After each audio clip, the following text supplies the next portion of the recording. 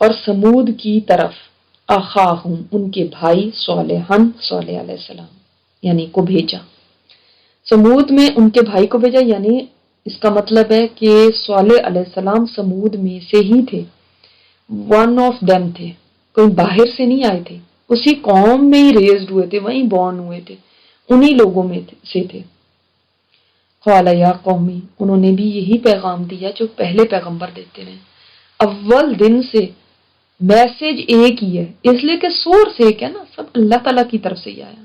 یا قومی اے میری قوم عبد اللہ عبادت کرو اللہ کی، ما لکم نہیں تمہارے لیے من الہ غیر اس کے سوا کوئی الہ، قد جاءتکم تحقیق آ گئی تمہارے پاس، کھلی دلیل آ گئی. کون سی کھلی دلیل ان کے پاس آئی؟ اونٹنی کا معجزہ. پچھلی قوموں کے پاس یعنی قوم نوح کے پاس یا قوم عاد کے پاس ہم نہیں دیکھتے کہ کوئی ایسا معجزہ آیا ہو، لیکن یہ قوم سمود جو تھی ان کے پاس ایک معجزہ اللہ تعالیٰ کی طرف سے آیا. اس کا تھوڑا سا واقعہ آپ کو بتا دیتی ہوں کہ صالح علیہ السلام نے اپنی جوانی کے زمانے سے اپنی قوم کو توحید کی دعوت دینی شروع کر دی تھی.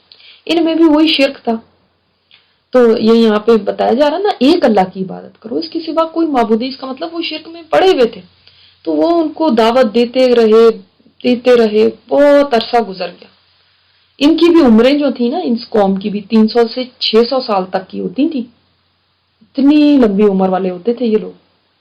تو وہ جوانی سے انہوں نے جو شروع کیا، بڑھاپے کے آثار شروع ہو گئے، لیکن قوم نہیں مانی.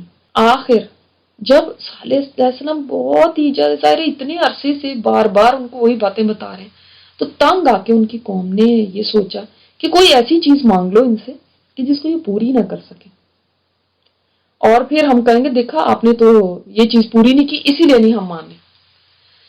اب انہوں نے کیا کیا؟ انہوں نے مطالبہ کیا کہ اگر آپ واقعی اللہ کے رسول ہیں نا، تو ہمارے لیے فلاں پہاڑی میں ایک خاص پہاڑی ہے، اس میں سے ہی ایک ایسی اونٹنی نکالیں جو 10 مہینے کی پریگننٹ ہو اور بہت طاقتور ہو، تندرست ہو. انہوں نے صالح علیہ السلام نے کہا کہ دیکھو اگر میں تم سے یہ کہتا ہوں کہ اگر میں نے پورا کر دیا تمہارا یہ مطالبہ تو تم میری دعوت پہ ایمان لے آؤ گے؟ سب نے کہا کہ ہاں ہم بالکل لے آئیں گے، اس لیے کہ وہ تو امپاسبل سمجھتے تھے نا کہ کیسے ہو سکتا ہے.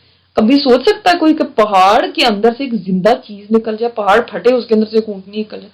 انہوں نے اپنی طرف سے ایسی ہی چیز مانگی کہ یہ تو کبھی پاسبل ہی نہیں ہو سکے. تو صالح علیہ السلام نے 2 رکعت نماز پڑھ کے اللہ تعالیٰ سے دعا کی کہ اللہ تیرے لیے تو کوئی مشکل نہیں، ان کا یہ مطالبہ پورا کر دے. دعا کرتے ہی پہاڑی کے اندر اتنی زبردست ایک جنبش ہوئی، وہ شیک ہوئی اور اس کی ایک بڑی چٹان پھٹ کے اس میں سے یہ اونٹنی اس طرح سے نکل آئی جیسے انہوں نے مانگی تھی. اب یہ اتنا حیرت انگیز معجزہ تھا، اس کو دیکھ کے بعض لوگ تو مسلمان ہو گئے، اور باقی جو قوم تھی اس نے بھی ارادہ تو کیا کہ اچھا ہم ایمان لے آئیں گے. مگر جو قوم کے چند سردار تھے نا، بڑے بڑے تھے، بتوں کے جو خاص پجاری ہوتے ہیں، جو ان کے وہاں پہ جو بیٹھے ہوتے ہیں، جو کرتے دھرتے ہوتے ہیں، جن بت پرستی کے جو امام ہوتے ہیں، انہوں نے ان کو بہکا کے قوم کو روک دیا. صالح علیہ السلام نے جب دیکھا کہ قوم نے تو عہد پورا نہیں کیا اور خطرہ ہوا کہ اب کوئی عذاب آ جائے گا، تو یہ اتنے شفیق تھے، انہوں نے نصیحت کی قوم کو کہ اس اونٹنی کی حفاظت کرنا، اس کو کوئی تکلیف نہ پہنچانا، شاید اس طرح ہی تم عذاب سے بچ جاؤ، ورنہ تو فوراً تم پہ عذاب آ جائے گا. یہ اونٹنی جو ہے نا، یہ اللہ کی نشانی ہے، تو اس کو چھوڑ دو، ٹھیک ہے، اس کو زمین میں چلنے پھرنے دو. یہ حیرت انگیز طریقے سے ایک اللہ تعالیٰ نے تمہارے مطالبے پہ ہی بھیجی ہے نا، اس کو اب چرنے چگنے دو، زمین میں چرتی رہے، تمہیں کیا اس سے. اچھا اب دیکھتے ہیں یہاں پہ کہ کیا ہوا. تو اب آپ کو پتا چل گیا بینہ کیا تھی، وہ اونٹنی تھی بینہ، جو واضح ایک کھلی دلیل ان کے پاس آ گئی. تو انہوں نے کہا اب تو تمہارے پاس دلیل بھی آ گئی ہے. ہادی ناقۃ اللہ، یہ اللہ کی اونٹنی ہے. اور ناقۃ اللہ کا مطلب یہ نہیں کہ کوئی اللہ کی کوئی مطلب اسپیشل ایسی اونٹنی ہو، یہ اس کو کہتے ہیں کہ عزت کے لیے، کسی چیز کو احترام دینے کے لیے، تشریف کے لیے کسی چیز کی ایسے کہا جاتا ہے، جیسے بیت اللہ کہا جاتا ہے اللہ کا گھر تو اللہ تعالیٰ تو نہیں وہاں پہ رہتے، تو یہ اس کی عزت کے لیے، احترام کے لیے اللہ تعالیٰ کے ساتھ منسوب کیا جاتا ہے۔ اسی طرح یہ اونٹنی جو تھی یہ اللہ تعالیٰ کی طرف سے خاص ایک معجزہ تھی، تو اس لیے ناقۃ اللہ کہا گیا، اللہ کی اونٹنی، یہ اللہ کی اونٹنی ہے۔ لکم آیتن، یہ تمہارے لیے ایک نشانی ہے۔ کتنی بڑی نشانی تھی، فذروہا، بس چھوڑ دو اس کو، تاکل فی ارض اللہ، یہ اللہ کی زمین میں چرتی پھرتی رہے، یہ زمین کوئی تمہاری تھوڑی ہے، اللہ کی ہے نا، اس کو چھوڑ دو، یہ جہاں سے مرضی کھائے پیے، جس گھر سے بھی کچھ کھانا چاہے، جس زمین سے بھی کھانا چاہے تو یہ وہاں سے کھا لے، تو اس کو آزاد رہنے دو، تو کھاتی پھرے گی۔ وَلَا تَمَسُّوهَا بِسُوءٍ، دیکھنا اس کو برائی کے ساتھ مت چھونا، یعنی اس کو کوئی نقصان نہ پہنچانا۔ فَيَأْخُذَكُمْ عَذَابٌ أَلِيمٌ، ورنہ پکڑ لے گا تم کو دردناک عذاب۔ کیوں؟ کیا اونٹنی کو نقصان پہنچانا کوئی ایسی بات تھی؟ اصل میں بات یہ کہ یہ اونٹنی اللہ کی نشانی تھی۔ ایک تو پہلے اللہ کی نشانی دیکھ کے تم ایمان نہیں لے کر آئے، اوپر سے تم نے بجائے احترام کرنے کے اس چیز کا کہ اللہ تعالیٰ نے ایک نشانی دکھائی ہے، اور فرمایا وَاذْكُرُوا، اور یاد کرو۔ لیکن کیسے نصیحت کر رہے ہیں ان کو، یاد کرو اِذْ جَعَلَكُمْ خُلَفَاءَ مِن بَعْدِ عَادٍ، تمہیں تو اللہ نے جانشین بنایا عاد کے بعد، عاد تو سارے ختم ہو گئے، تمہیں ان کے بعد زمین میں جانشین بنایا کہ اتنا تمہیں زمین کے اندر اللہ تعالیٰ نے دیکھو بسایا، اتنی کشائش دی، اتنے تمہارے اوپر، یہ بھی بہت دولت مند قوم تھی۔ آگے یہ بات آ رہی ہے نا، آپ کو اس سے سمجھ آ جائے گی، بہت دولت مند قوم تھی، بہت ترقی انہوں نے کی تھی دنیا میں۔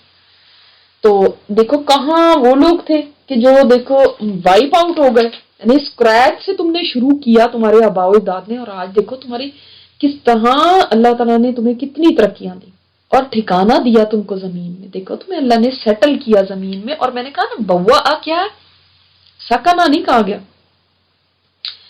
بلکہ ایسی جگہ تمہیں جیسے تم چاہتے تھے ویسی جگہ پہ تمہیں اللہ تعالیٰ نے سیٹل کیا۔ یہ بھی اللہ تعالیٰ کا کتنا بڑا احسان ہے، یاد کرو اس بات کو بھی۔ تتخذون من سہولها قصورا، تم بناتے ہو اس کے میدانوں میں محلات۔ ان کا کیا ہوتا تھا کہ اللہ تعالیٰ نے ان کو بس یہ سکھا دی تھی ایک سند، بڑے بڑے محل بناتے تھے کھلی زمین میں، اور کھلی زمین میں بنانے آسان بھی ہے نا۔ وَتَنْحِتُونَ الْجِبَالَ بُيُوتًا، اور تم تراشتے ہو پہاڑوں کو گھروں میں، پہاڑ کو تراش کے کار کر کے ان کو گھر بنا لیتے تھے۔ اگر آپ کو کہیں سے پکچرز مل سکے نا تو ان کی پکچر ضرور دیکھیے گا، بہت ہی زبردست ان کا آرکیٹیکچر تھا، بہت زبردست، یعنی آج بھی آپ سوچ بھی نہیں سکتے اس طرح سے بنانا۔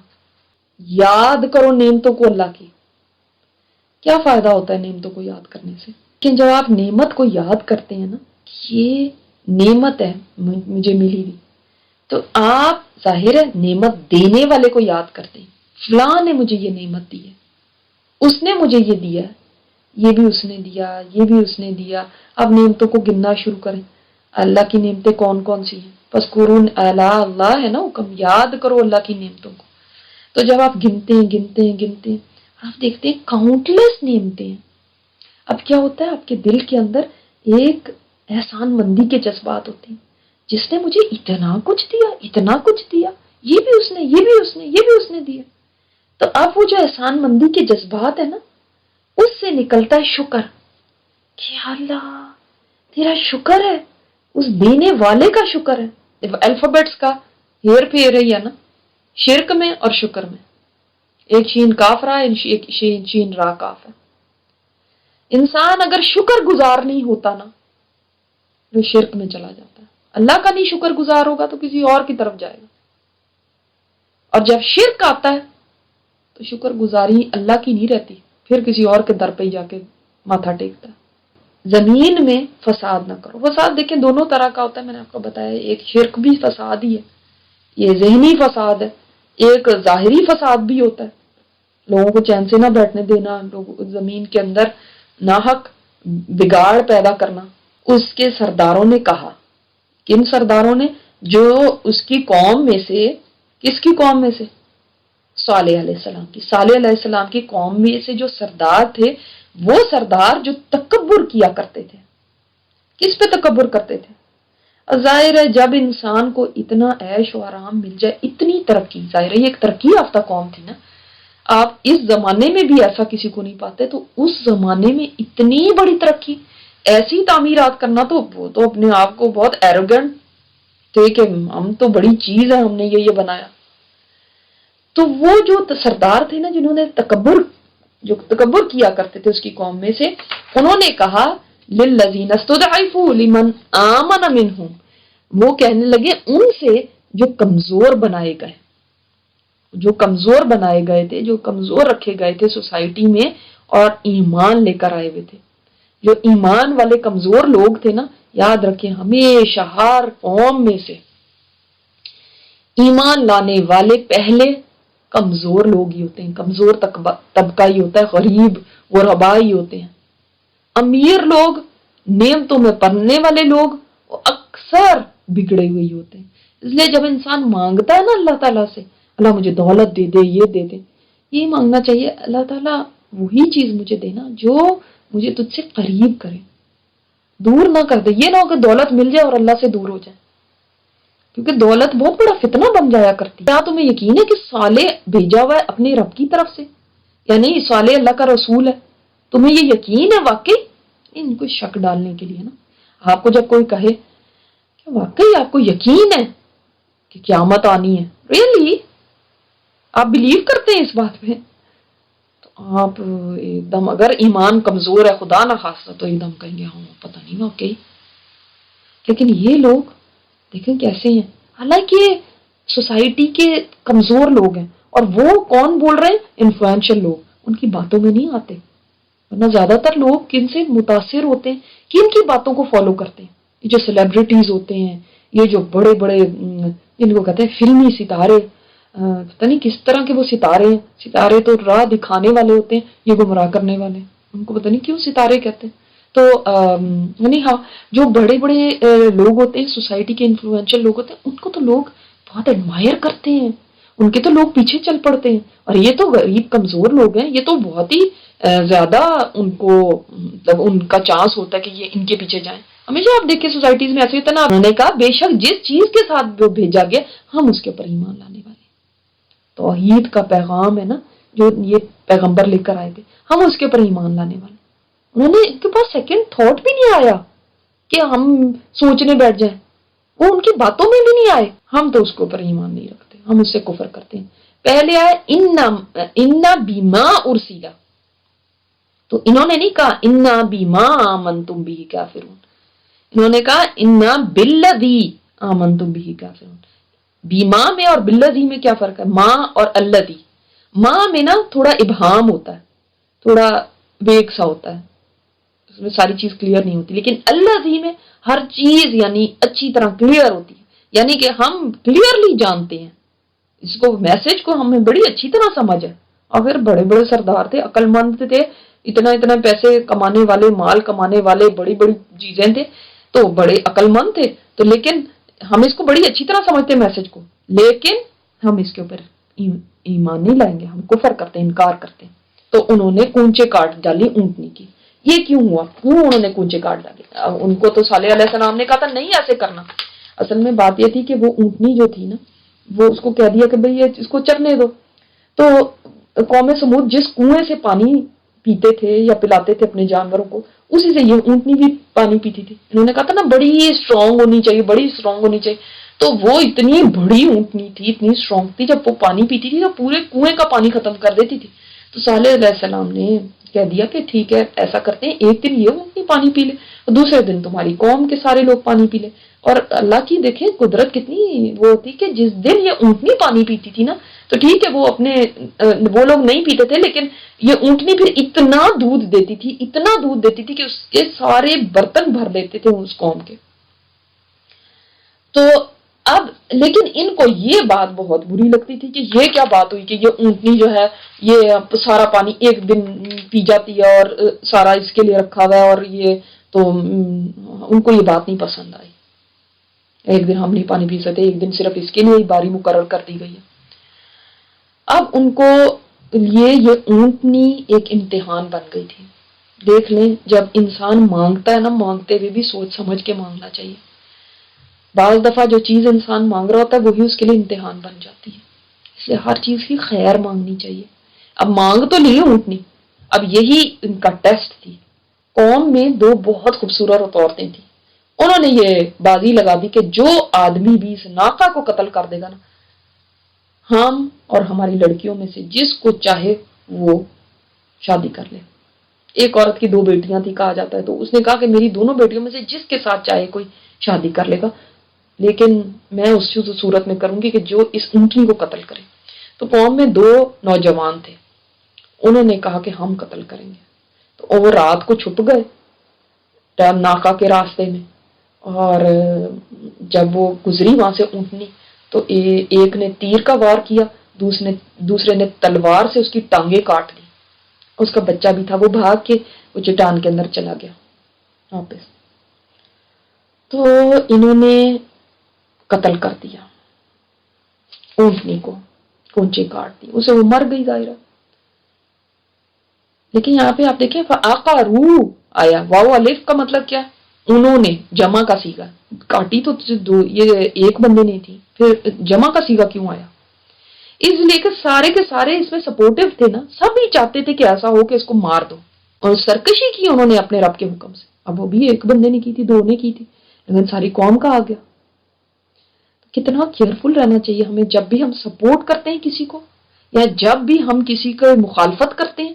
بہت دیکھنا چاہیے کہ ہم کیا کر رہے ہیں، کس کام کے اوپر کر رہے ہیں. وقالوا، اور انہوں نے کہا یا صالح.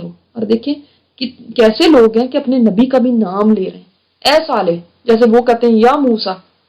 حالانکہ انسان کے لیے دیکھیں، اپنے جو آپ اپنے والدین کا احترام کرتے ہیں نا، تو کبھی اپنی امی کو نام لے کے پکارتے ہیں؟ آپ اپنے والد کو نام لے کے بلاتے ہیں بہت احترام سے.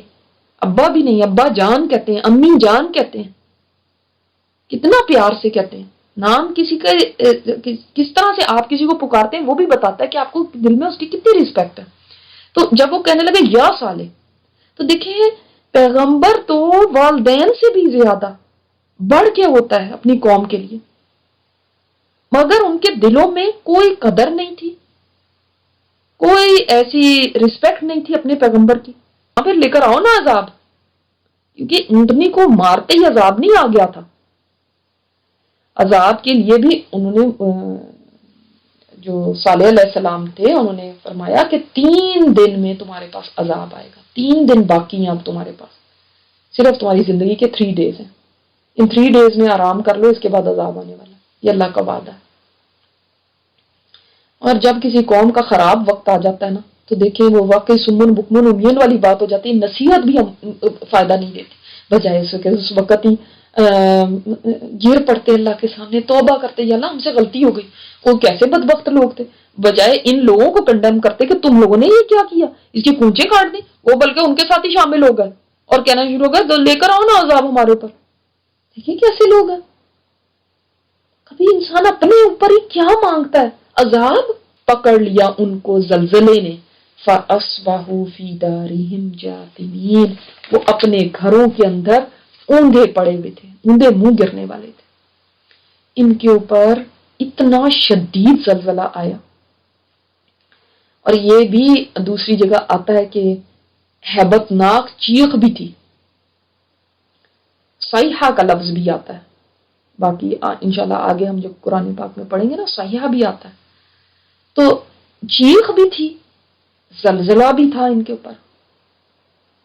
اور ایسے وہ چیخ تھی، اتنی شدید چیخ تھی، سارے کے سارے جدھر تھے ادھر ہی اوندے منہ گر گئے. منہ کے بل، میں نے آپ کو بتایا نا، جاسم کہتے ہیں جس پرندے کو ایسے گرا ہوا، آپ پرندے کو ایسے سوچیں اپنے، وہ اٹھ نہیں سکتا تو وہ سینے پہ پڑا ہوا ہے، اسی طرح انسان تھے، کھڑے بھی نہیں ہو سکتے تھے. اگر بھاگے بھی ہوں گے تو بھاگتا بھی ہے انسان تو سیدھے آگے کو گر گئے. ان کی لاشیں ایسے پڑی ہوئی تھی کہ منہ کے بل گرے ہیں. یہ اللہ کے آگے نہیں جھک رہے تھے نا، دیکھو اللہ نے کیسے جھکا دیا. منہ کے بل گرے تو منہ کے بل گرنا بھی کیسی پوزیشن ہوتی ہے. یہ پڑھنا بہت آسان ہے، اگر آپ صرف ذرا دیر کے لیے امیجن کریں کہ پوری کی پوری بستی ہے جس میں ایسی کیوس مچی ہوئی ہے، ایسا زلزلہ آ گیا. ہم صرف زلزلے کے آفٹر ایفیکٹس دیکھتے ہیں جو ہمیں یہ دکھاتے ہیں جب کہیں کسی جگہ پہ آتا ہے، تو وہ کیسے ہمارے ملک میں ہی آیا تھا، کس قدر تباہی مچی تھی، کیسے چھتیں جو تھیں وہ پوری کی پوری ایسے ہی گر چکی تھی.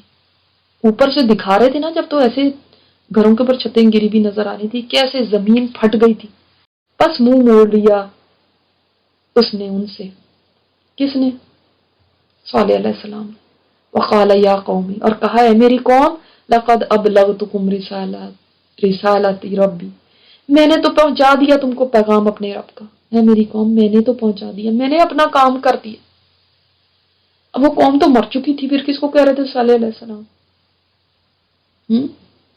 دیکھیں جب مثلاً کوئی ماں باپ ہو، ماں باپ بچے کو کہتے ہیں بیٹا یہ کام نہ کرنا، بڑا نقصان ہو جائے گا، بڑا نقصان ہو جائے گا، اور بچہ وہی کام کر لیتا ہے اور اس میں اس کی ڈیتھ ہو جاتی ہے. تو ماں نہیں کہتی ہائے میرے بچے، میں نے تجھے منع کیا تھا نا، کتنا منع کیا تھا. اب وہ بچہ تو مرا ہوا، یہ تو مطلب نہیں کہ بچہ سن رہا ہے یا زندہ ہے. وہ ایک حسرت، ایک یاس ہوتی ہے کہ آپ کو کسی سے محبت ہوتی تو آپ اس کو بہت سمجھاتے، نہیں سمجھتا، نقصان اٹھاتا، تو پھر آپ کہتے ہیں ایسی بات نا. تو وہ قوم مر چکی تھی، لیکن پیغمبر کیونکہ ہمدرد ہوتے ہیں، خیر خواہ ہوتے ہیں، وہ اب یہ اتنی حسرت سے کہہ رہے ہیں یا قومی، ہے میری قوم. جیسے ہم اتحیات میں کہتے ہیں نا ایوہ النبی، اے نبی،